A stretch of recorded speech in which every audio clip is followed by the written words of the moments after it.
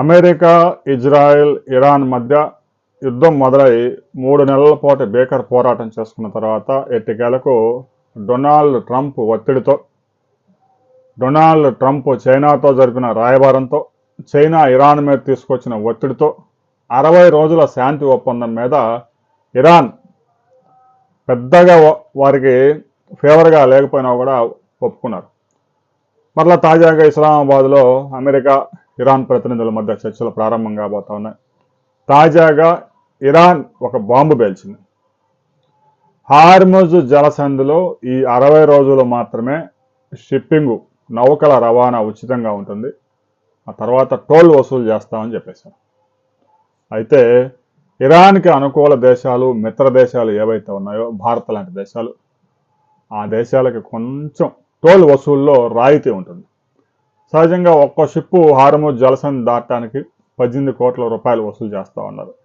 మిత్ర దేశం కాబట్టి 12 కోట్లు వసూలు చేసే అవకాశం ఉంది. 60 రోజుల్లో ఇప్పటికే 10 రోజులు పైగా పూర్తయింది. మరో 50 రోజుల్లో పూర్తి శాంతి ఒప్పందం, దీర్ఘకాలిక సీజ్ ఫైర్ కనుక ఒప్పందం కుదరకపోతే, ఇరాన్ షరతులకు అమెరికా అంగీకరించకపోతే, ఇక హార్ముజ్ శాశ్వతంగా టోల్ వసూలు కేంద్రంగా మారిపోతా ఉంది. ఇరాను, ఒమన్ 2 దేశాలు కలిసి నిర్ణయం తీసుకున్నాయి. పెద్ద ఎత్తున ఆదాయం వచ్చే అవకాశాన్ని మనం ఎందుకు వదులుకోవాలి అని ఆ దేశాలు భావిస్తా ఉన్నాయి. 50 రోజుల్లో హార్ముజ్ జలసంధి అనేది ఇక సముద్ర మార్గంలో ప్రపంచంలోనే టోల్ వసూలు చేసే 2వ ప్రాంతంగా మారిపోతూ ఉంది. సూయిజ్ కెనాల్లో ఇప్పటికే టోల్ వసూళ్లు ఉన్నాయి. ఇక హార్ముజ్ జలసంధిలో కూడా టోల్ వసూళ్లు మొదలు కాబోతా ఉన్నాయి. ఒమను, ఇరాన్ 2 దేశాలు కలిస్తే ఇక హార్ముజ్ జలసంధి నుంచి ఏ షిప్ కూడా టోల్ పే చేయకుండా బయటకు వచ్చే అవకాశం లేదు.